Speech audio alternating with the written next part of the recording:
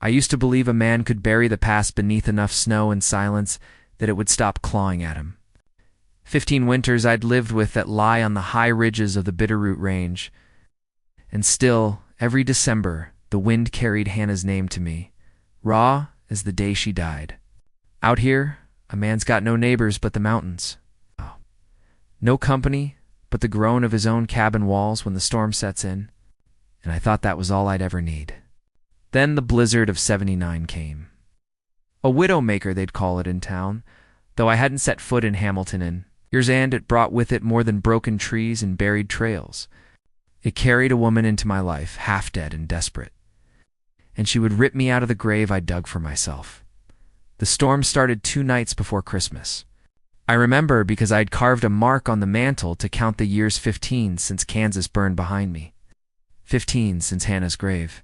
The wind shrieked like a living thing, rattling the shutters until I thought the nails would tear free. I stacked logs in the hearth until the flames painted the cabin walls red.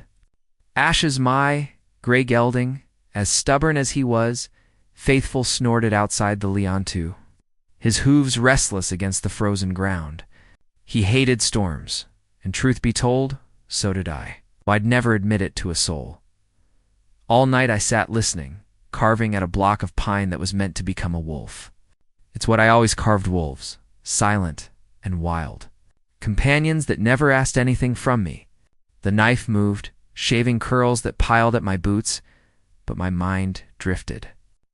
I thought of Hannah's face the last time I saw her, pale against sweat-soaked sheets, her hand going slack in mine. That memory had driven me here, far from men, far from God, far from anything that could remind me I once had something to lose. By morning, the storm had swallowed the world. Snow pressed against the cabin door, nearly waist-high. I dug my way out, lungs burning with the cold. It was then I saw a tagged scar along the valley floor, the tracks of something large dragged under. Curiosity is a dangerous thing for a man who swore to keep to himself. But something tugged at me. I saddled Ashes and forced him into the gale. Following that scar through the drifts until I came upon it, the splintered remains of a stagecoach. Wheels upturned, horses frozen stiff in their harnesses. The sight stopped my heart. I hadn't seen another human in weeks, sometimes months, and here were 6, sprawled across the snow, lifeless eyes staring at the storm. Men, women, it made no difference. Death had claimed them all. Except, not quite. A muffled sound drew my ear, faint as a dying flame. I nearly convinced myself I'd imagined it. But then I saw her half buried beneath a broken door, lips blue, lashes caked with ice. She was small, finer boned than any frontier woman I'd known, dressed in what must have once been elegant wool, now soaked and stiff with frost. Her fingers twitched, alive. Against every instinct screaming at me to walk away, I hauled her out of the snow and into my arms. Her weight was next to nothing. Yet each step back up, the ridge felt like dragging a millstone. The wind clawed at my face, and twice I stumbled so hard I nearly lost her. More than once the thought came that I should lay her down, let nature do what it would. She wasn't mine to save, and nothing good ever came from saving. But I didn't. Some stubborn crack in my armor refused to let go. By the time we reached the cabin, I was half frozen myself. I kicked the door open, stumbled to the hearth, and laid her near the fire. Her skin was colder than riverstone. She was dying, and fast. I stripped the wet clothes from her body, working with hands that shook more from rage at myself than from cold. I wrapped her in every blanket I had, pressed my own body against hers, willing warmth into her bones. Her chest barely moved, shallow gasps like the whisper of a bird's wing. I cursed under my breath, cursed the storm, cursed her for dragging me back into the world of the living. But sometime in the dark hours, color seeped back into her lips. She breathed deeper. She lived. When her eyes opened 2 days later, they were the green of spring grass after rain. They fixed on me with terror. She tried to pull the blankets higher, to cover herself, but her strength wasn't there. Where am I?" Her voice was cracked, a reed in the wind. "You're on my mountain," I said. My voice was rough, gravel unused to speech. "Near Bitterroot." Unia froze to death. She stared at me like I was the danger. Maybe I was. Why am I here? Where are my clothes? I could have told her the truth plain, but something bitter in me made the words harsher than they needed to be. If I'd left you dressed, you'd be stiff as the others down in the valley. You want decency? You should thank the fire for it. Her cheeks flushed. Though the heat in them was more from shame than recovery, I should be dead, she whispered. You nearly were, I answered, turning back to the fire. I thought the conversation ended there. But she spoke again. My name is Evelyn. Evelyn Grant, from Boston. She said it like her name meant something, like it should open doors. Out here it opened nothing. I didn't ask, I muttered, though the sound of her name lodged itself somewhere I couldn't shake. For days, silence ruled between us. She would watch me from the cot as I chopped wood, cooked venison, or carved wolves, but she didn't stay silent long. City folk never did. She asked about the storm, about the mountains, about the cabin. She asked why I lived here alone. To each I gave the same reply. Doesn't matter. But Evelyn didn't seem the sort to be put off. She tried to help, burned her hands trying to stir the stew, dropped half the kindling in the snow when she stepped outside. Still, she tried. There was grit under her silk. I couldn't ignore it. On the fourth morning, she insisted on stepping outside with me. I told her the cold would split her lungs in two. She said she would rather breathe sharp air than suffocate on silence. So I let her. That's when it happened, the first brush with danger that made me realize how fragile she truly was. She went to fetch water from the stream. I heard the growl before she screamed. A wolf, ribs sharp against its hide, hunger in its eyes, had crept from the tree line. By the time I reached her, it lunged. My rifle cracked, and the beast fell thrashing into the snow. She clung to me after, shaking, face buried in my chest. I hadn't held another soul in 15 years, and the feel of her small frame against mine lit a fire I wanted no part of. I shoved her away too roughly. The hurt in her eyes was worse than the wolf's teeth. That night, she sat across the fire, carving at a piece of wood I'd given her. Her hands trembled, but she didn't quit. When she showed me the result, it was crude, uneven, a little bird. Its wings spread. A sparrow, she said, because they always find their way home. She held it like a talisman, something to remind her of the world beyond snow and silence. I couldn't tell her I envied her hope. The days blurred. I found myself watching her when I shouldn't, the way she brushed the hair from her face, the determined set of her jaw when she tried to split what half her size. She was softer than the mountain, but tougher than she looked. And against my will, I started to speak more. Little things about the wolves, about the ridge, about Ashes who'd carried me longer than any friend. It was more than I'd told another living being in 15 years. She listened. God help me, she listened with those green eyes as though my words mattered. One evening, as I bound a cut on her hand from a kitchen knife, I felt it, the tremor in my chest that I hadn't felt since Hannah. Her skin was warm under my fingers, fragile, alive. She looked up at me, lips parting, and for a heartbeat the world narrowed to the space between us. I pulled away like a coward, muttering something about fetching more water. But I couldn't carve wolves that night. My hand shook too hard, and still, beneath it all, the storm hadn't finished with us. Snow piled higher against the walls, howling winds that threatened to tear the roof away. One night, the ground itself shuddered with the crack of a snow shelf breaking free. An avalanche roared down the ridge, and I thought for certain we'd be buried. The cabin held, barely timbers, groaning like dying men. Evelyn pressed against me in the dark, whispering prayers. I didn't pray, hadn't since Kansas. But I held her and wished I still believed. That's how it began, the unraveling of a man who swore never to care again. With every breath she took, Evelyn dug deeper under the ice around my heart.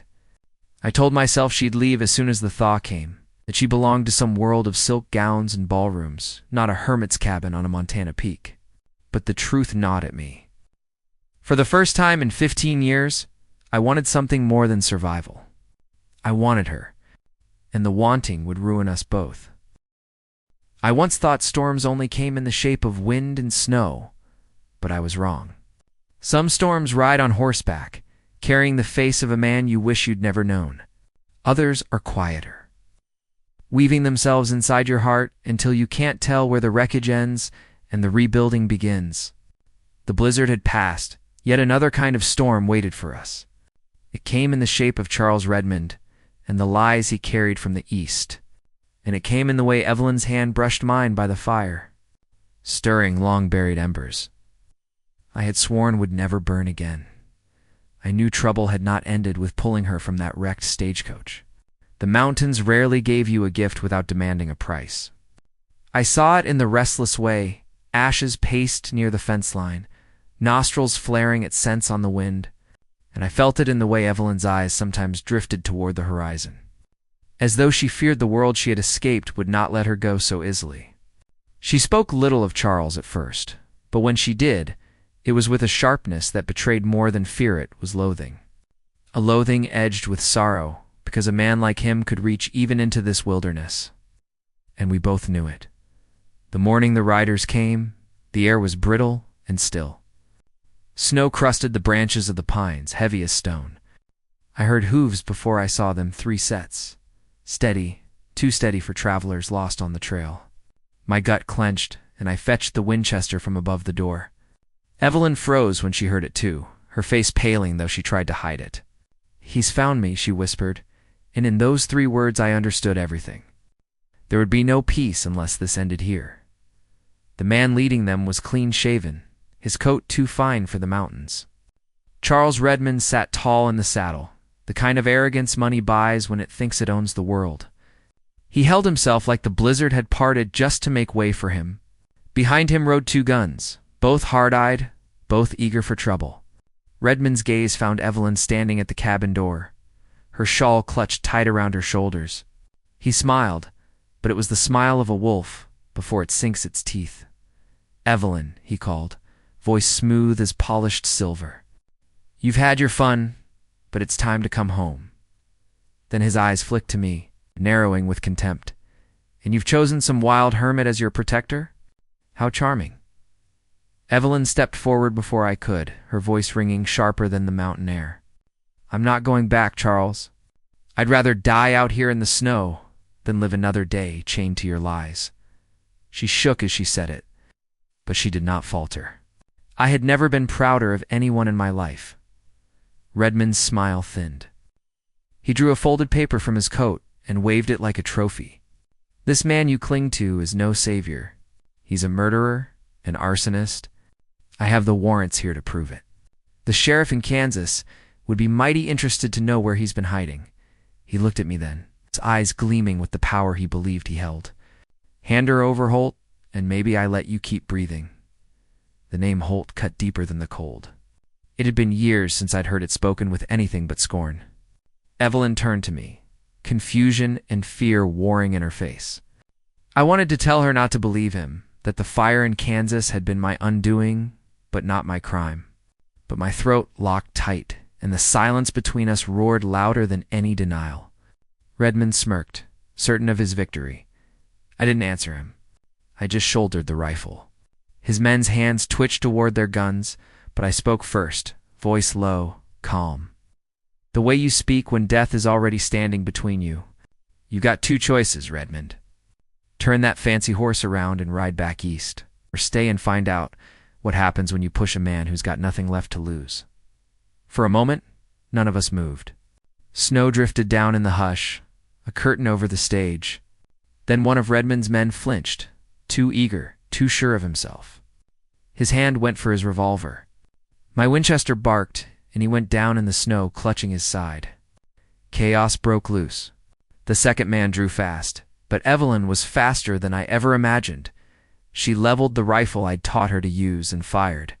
The shot tore through Redmond's hand, the warrant fluttering from his grasp, stained with his blood. His howl split the valley.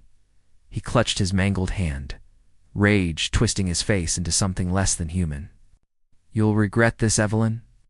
You both will." He wheeled his horse, retreating with his wounded men. But the promise in his voice was poison that lingered long after they vanished into the trees. When the silence returned, Evelyn's rifle slipped from her grip. She shook all over, her breath ragged, but her eyes shone with something fierce. "I told you," she whispered. "I will never go back." Then she turned to me, searching my face, desperate for truth. "Tell me it's not true, Tom. Tell me you didn't." I wanted to lie, to make the past disappear, but lies have no place on a mountain like this. They rot quicker than a carcass in summer. "I didn't kill her," I said at last, voice hoarse. "The fire took them both, Hannah and the child. But the town needed someone to blame, and I was the one who struck the match to burn what was left. I burned it so I could walk away. I had never spoken it aloud, and saying it now was like tearing a scar wide open." Evelyn's face softened, but the weight of the past pressed heavier than ever. That night, I couldn't sleep. Every creak of the cabin sounded like Redmond's men circling back. Every gust of wind carried his threat. I kept the rifle across my lap by the fire, while Evelyn lay restless on the cot. When she finally drifted into sleep, I studied her face in the glow. She had fought beside me, bled for me in her way, and I realized I wasn't alone anymore, whether I wanted it or not. But the mountain wasn't done testing us. Redmond returned under cover of night, not with bullets, but with fire. I woke to the crackle of flames licking the cabin walls, smoke choking my lungs. Evelyn coughed, eyes wide with terror as I hauled her up. We crashed through the door into the snow as the roof collapsed behind us. The heat seared our backs, the blaze turning everything I had built into ash. Redmond's laughter carried faintly through the trees before fading into the darkness. We stood there shivering, watching the flames devour the life I had carved out of solitude. My cabin, my wolves, my memories, all gone in the span of minutes. I thought despair would drown me, but Evelyn's hand found mine in the dark. Her grip was strong, unyielding. "We're still here," she said. Just 3 words, but they were enough to pull me back from the edge. We were still here by dawn. Sheriff Dalton arrived, drawn by smoke that blackened the horizon. He listened to my story, listened to Evelyn's, and he looked at me long, hard, like a man measuring the truth. Finally he nodded. "Redmond's name carries weight back east, but it won't save him here. I'll see to it that his lies don't follow you any longer. Holt, you'll have your name cleared." For the first time in 15 years, I felt the chains loosen. Not broken yet, but loosening. The days that followed were a blur of rebuilding. Neighbors from the valley came, men and women I barely knew, but who came anyway, drawn by the sight of flames on the ridge and the whispers of a hermit who was no murderer after all. They brought food, tools, even laughter. I'd forgotten what laughter sounded like when shared among more than one voice. Evelyn stood among them, her cheeks flushed, her hair tangled by the wind, but her spirit unshaken. She was the one who thanked each neighbor, who insisted on helping lift beams, who stitched blankets for the children that followed their parents up the trail. She was already part of them, part of something I had thought forever closed to me. One evening, when the frame of the new cabin stood tall against the twilight, I carved something different from wolves. With hands that trembled, I shaped a ring out of pine, simple and rough, but real. I knelt before her in the half-finished home, heart pounding like a drum. "Evelyn Grant," I said, voice breaking. "I got nothing fancy to give, no promise of silk or silver, but I can give you this mountain and a man who'll never stop fighting for you. Will you marry me?" Tears welled in her eyes, and for a moment I feared she would say no, that she would long for the world she left behind. But she smiled, soft and sure. "Yes, Tom Calder. 1,000 times yes." The kiss we shared then was not the desperate fire of survival, but something steadier, deeper, the promise of a life reborn. We wed in Hamilton, under the wide sky of a Montana spring. The townsfolk filled the church, faces alight with curiosity and warmth. They offered gifts of quilts, horseshoes, jars of preserves. Evelyn's hand never left mine, and when I slipped the wooden ring onto her finger, I knew no gold band could ever shine brighter. For the first time in my life, I belonged to her, to a community, to something larger than sorrow. The cabin we built was no longer just a shelter against storms. It was a home, wide enough for laughter, warm enough for hope.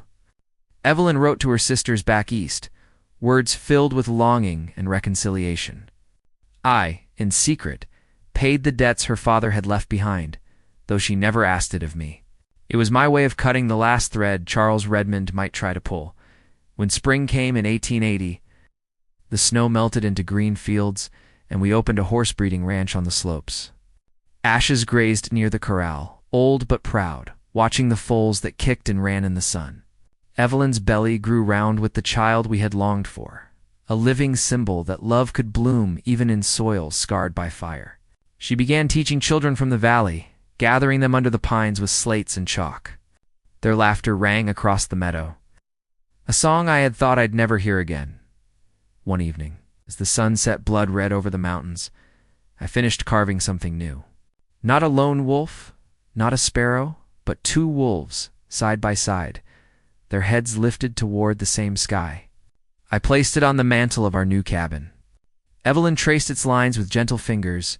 2 souls, she whispered, past and future. I nodded because I had no words strong enough to name what we had built together. The last snow melted that spring, and Evelyn and I rode out across the meadow on ashes, hand in hand. The wind was soft, the grass alive beneath his hooves, the world opening wide before us. I looked at her, sunlight on her hair, our hands clasped tight, and I knew the storm had passed. We had survived loss, lies, and fire, and in their place we had found love, healing, and a new beginning. The mountains no longer felt like a grave. They felt like home.